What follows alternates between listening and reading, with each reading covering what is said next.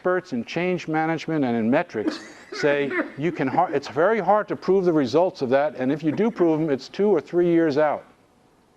We need, if we're going to be successful, to start showing results immediately. And you can't show it on $1 million portal that's got 2 or 3 years before you begin to show any results.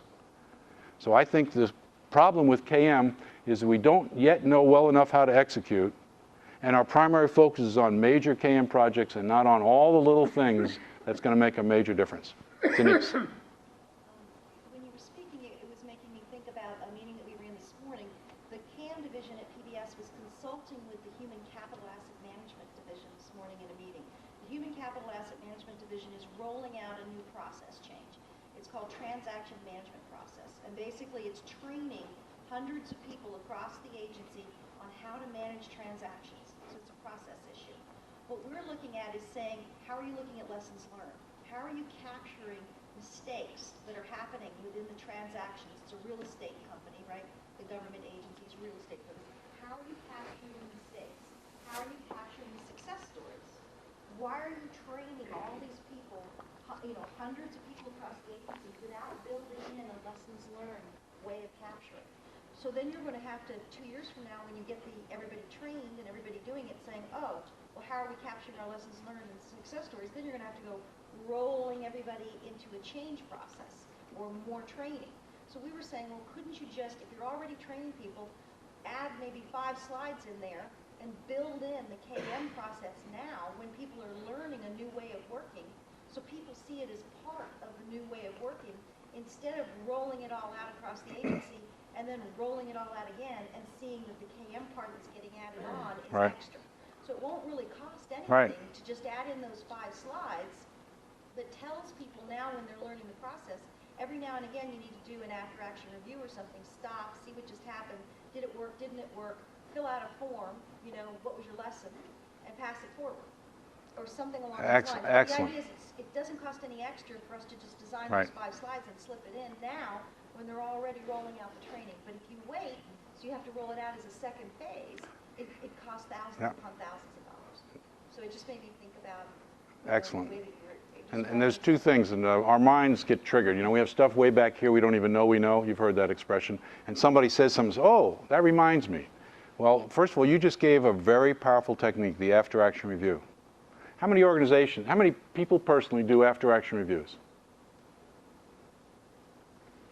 Okay, I'm not going to ask you whether you really do after-action reviews. You do something you call after-action reviews. I'll assume that you know what an after-action review is, but about half the group does after-action reviews. How much does it cost to do after-action reviews? Close to 0. Do you know how much you can gain from after-action reviews? British Petroleum worked that one to a fine, honed technique.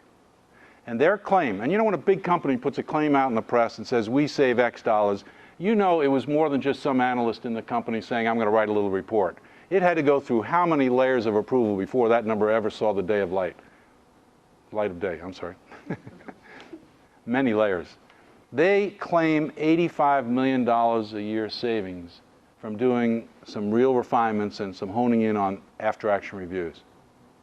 How much do you think it costs to implement? Now, at a big company like British Petroleum, it wasn't 0, but it was a very small number. And you might say, well, wait a second, British Petroleum, that's almost $200 billion a year. What's $85 million?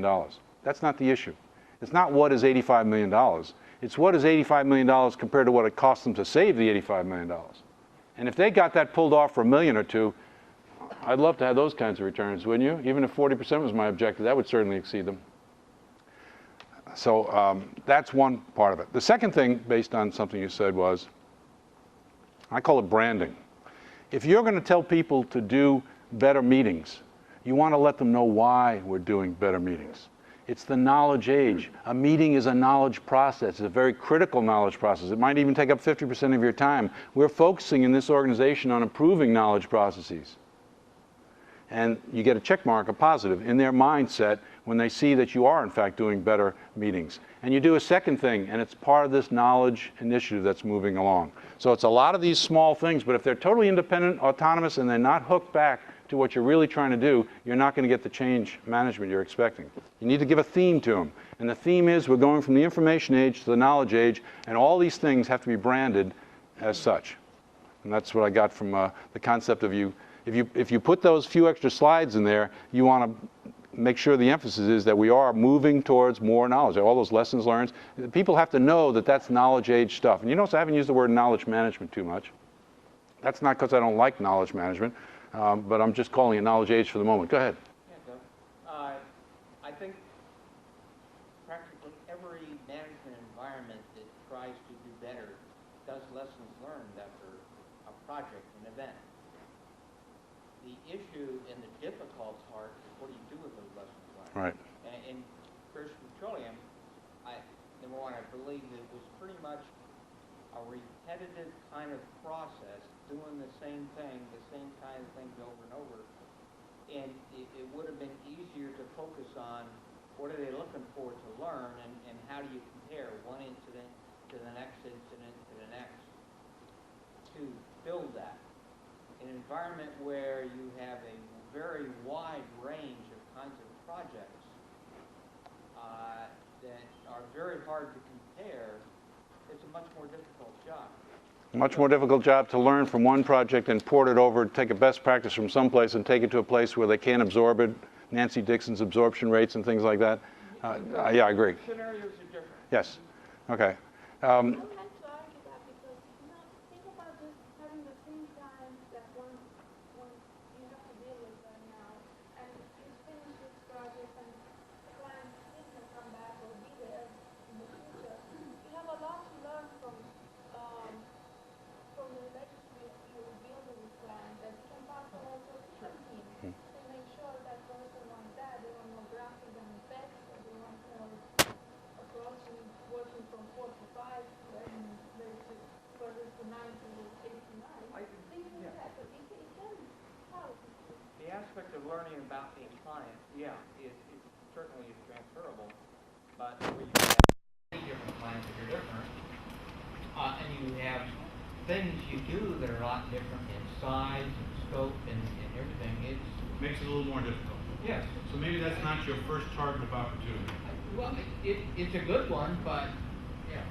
It may not be one of those zero cost ones. Build a That would body be a of good- knowledge from That that. would be a good subject of a future meeting. In fact, one of the future meetings, we're going to do a cafe and we've done this in the past and it was very successful. Everybody loved it. We're going to have different tables and each table is going to have different discussion topics. And so one topic could be something. Could be on metrics, one could be on something else.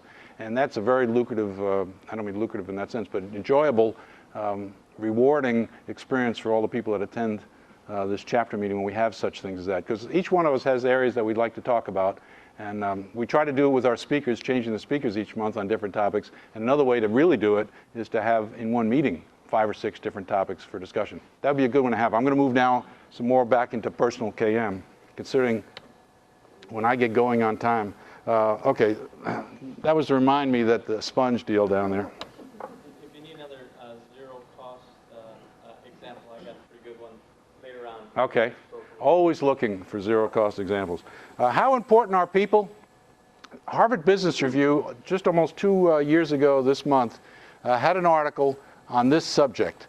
The subject was addressed by the top part of this graph. I want to bring this to you. I think this is a killer app for KM, and in particular for some things we might be able to do in personal KM. It said that in formal education and training, which I'm depicting here as brick and mortar, face-to-face, so there's the face-to-face, and it's instructor-led. I want to make sure we just have the right common terminology here. And formal education and training can also be virtual, but it's still instructor-led, even though it might be instructional design on some kind of a CD, and the content is instructional. This above the blue line is the domain of the trainers. And the trainers in the late 90s always thought we're the trainers and KM is the IT shop. Boy, is that wrong.